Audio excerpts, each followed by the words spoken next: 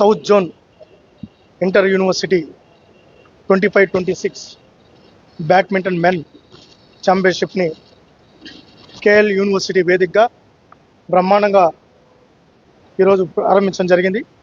దాదాపు 896 మంది క్రీడాకారులు, 180 మంది కోచెస్, రెఫరీస్, వాలంటీర్స్, సిబ్బంది, దాదాపు 1200 మంది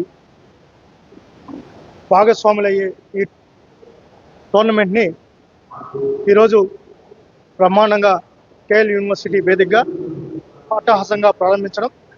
ఈరోజు ఇక్కడ చూస్తే అన్ని టాప్ యూనివర్సిటీస్, కర్ణాటక, తమిళనాడు, కేరళ, తెలంగాణ, ఆంధ్ర, ఈరోజు సౌత్ ఇండియాకి సంబంధించిన అన్ని యూనివర్సిటీసు, దాదాపు 120 పైగా యూనివర్సిటీసు విద్యార్థులు, క్రీడాకారులు దీంట్లో భాగస్వాములు అవడం జరిగింది.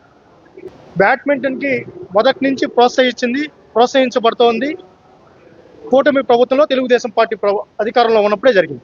నిధులు కేటాయించి ప్రోత్సహించడం ద్వారా ఈరోజు సింధు లాంటి అనేక మంది ఇంటర్నేషనల్ ప్లేయర్స్ తయారై ఈరోజు దేశానికి ఖ్యాతి తీసుకొని రావడం జరిగింది. మళ్ళీ పివి సింధు గారికి విశాఖపట్నంలో స్థలం ఇచ్చి అకాడమీని పెట్టేదానికి సహకరిస్తున్నాం. దాంతోపాటు మొన్ననే గోపీచంద్ గారు ఇదే అమరావతి వేదికగా 12 ఎకరాల్లో అకాడమీని పెట్టడానికి భూమి పూజ కూడా చేయడం జరిగింది. కిడింబి శ్రీకాంత్ గారికి తిరుపతిలో 5 ఎకరాల స్థలం కూడా కేటాయించడం జరిగింది. అక్కడ కూడా అకాడమీకి నిర్మాణానికి అతి తొందరలోనే పర్మిషన్స్ అన్ని కూడా తొందరలోనే ఇచ్చి అది కూడా భూమి పూజ చేసే కార్యక్రమాన్ని ఎంత తొందరగా వీలైతే అంత తొందరగా బ్యాడ్మింటన్ క్రీడాకారులకు అందుబాటులోకి తీసుకొని వచ్చే కార్యక్రమాన్ని శ్రీకారం చుట్టాం.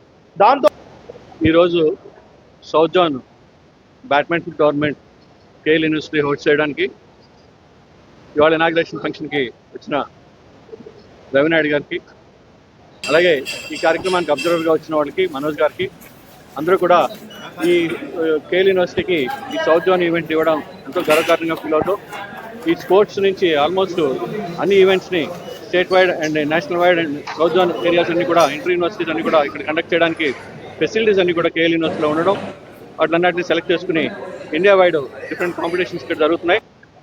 అంతేకాకుండా కేఎల్ యూనివర్సిటీలో ఒక 8 డిఫరెంట్ స్పోర్ట్స్లో ఇంటర్నేషనల్ స్పోర్ట్స్ మెన్స్ ఉండడం జరిగింది. ఇండియన్ టీంకి వాళ్ళు రిప్రజెంట్ చేస్తున్నారు.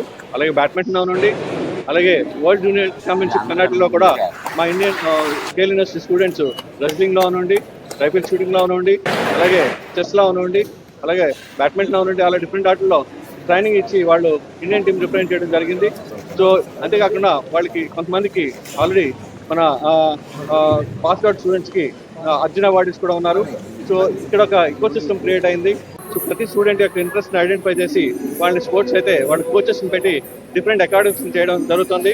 దీనికి అంతటికి కూడా మేజర్గా కేఎల్ యూనివర్సిటీ యాజమాన్యం ఇవాళ మన ఉన్న ప్రజెంట్ గవర్నమెంట్ ఎంతో సపోర్ట్ ఇవ్వడం, అంతేకాకుండా ఈ ఎంకరేజ్మెంట్, మోటివేషన్ స్పోర్ట్స్ మెన్కి ఎంతో ఇంట్రెస్ట్ ఇంపార్టెంట్. వాళ్ళ రవి గారు ఆల్రెడీ అకాడమీస్ యూనివర్సిటీస్కి ఇవ్వడం జరిగింది. మేము 4 స్పెషలైజేషన్స్ తీసుకోవడానికి మేము రెడీగా ఉండి ఇంటర్నేషనల్ స్టాండర్డ్స్లో స్పోర్ట్స్ని ఎంకరేజ్ చేయడానికి ముందుగా ఉన్నాం. ఇవాళ ఏషియాలో బిగ్గెస్ట్ స్పోర్ట్స్ కాంప్లెక్స్ని బిల్డ్ చేస్తున్నాం. 1.5 yearలో అది కంప్లీట్ అవుతుంది.